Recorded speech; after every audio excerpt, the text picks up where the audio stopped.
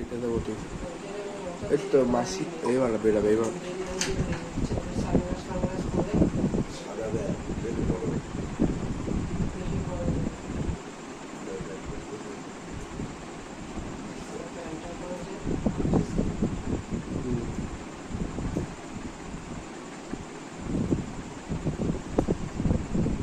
দাঁড়িয়ে না, ঘটনাটা হয়েছিল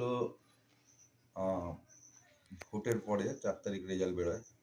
রেজাল্ট বেরোনোর পরে কিছু আমার কাছে এবং আমার মিসেসের কাছে কিছু থ্রেট কল আসছিল অচেনা নাম্বার থেকে। তারপরে 7 তারিখ সে আমাকে ফোন করে বলে যে এক মাস প্রায় বাড়ির থেকে বেরোয়নি, আমার একটা লোন হবে 8 তারিখে, ওখান থেকে 1010 টাকা পাবো, 5,000 টাকা তোমাকে দেবো, একটু তারাপীঠ বা দীঘা কোথাও ঘুরে আসবো। 7 তারিখ 7:35 আমাকে ফোন করে বলে। এবং 8 তারিখ আমার মাকে বলে যায় বাড়ির থেকে বেরোনোর সময় যে রান্না এসে করবো, একটা লোনে যাচ্ছি। ঠিক 10:30টায় বাড়ির থেকে বেরোয়। সিসিটিভি ফুটেজ আমার বাড়ির যেটা আছে সেটাতে দেখা যায় 10:30টায় বেরোয়। এবং তারপরে পুলিশ প্রশাসনের উদ্যোগে যখন বাইরের সিসিটিভি চেক করা হয় যে একটা টোটো করে যাচ্ছে, সেই টোটোওয়ালাকে ধরে জানা যায় কল্যাণী জেএনএম হসপিটাল সংলগ্ন জায়গায় সে গিয়ে নেমেছে, ভাড়া নিয়ে বার্গেনিং হচ্ছে, বুঝলি?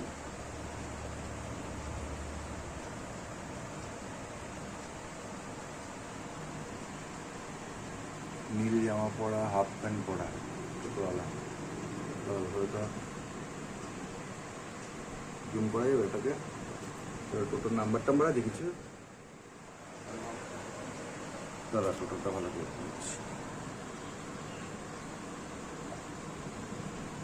এবার ইয়ে কর, জুম কর। আগে দেওয়ার পর থেকে ঠিক 11:45 থেকে তার সুইচ অফ। তারপর থেকে তাকে ফোনে যোগাযোগ করা হয় এবং সে সম্পূর্ণ খালি হাতে একটা ফোন নিয়ে শুধু গেছে, আর একটা ড্রেস পরে, কোনো কিছুই নিয়ে যায়নি। সেটা টোটোতেও দেখা গেছে।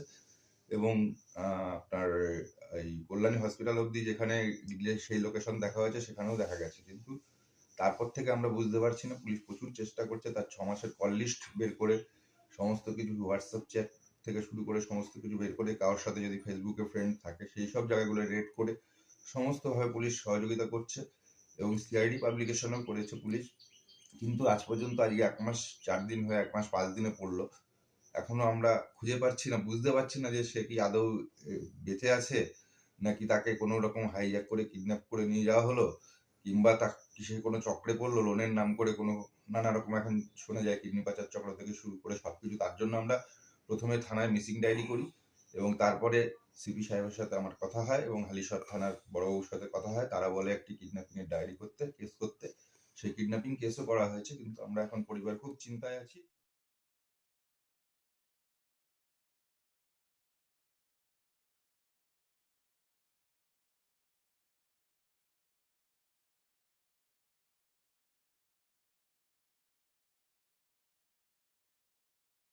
হচ্ছে না বাড়িতে, এরকম পজিশনে সে ছেড়ে দেওয়ার লোক না। কারণ সে 10 বছরের পঞ্চায়েত সদস্য থাকাকালীন জেঠিয়া পঞ্চায়েতের সমস্ত লোকের সাথে আমি যেভাবে মিশতাম সে তখন তার সেভাবেই মিশতো। সেই সময় কিছু যখন সে কোনো রকম ভুল পদক্ষেপ নেয়নি, তার সঙ্গে 24 বছর আমি সংসার করেছি। আমি এখনো মনে করি যে কেউ কোনো ভুল পদক্ষেপ, সে আগে তৃণমূলটা করতাম, আমার বউ 10 বছর পঞ্চায়েতের মেম্বার ছিল জেঠিয়া পঞ্চায়েতের।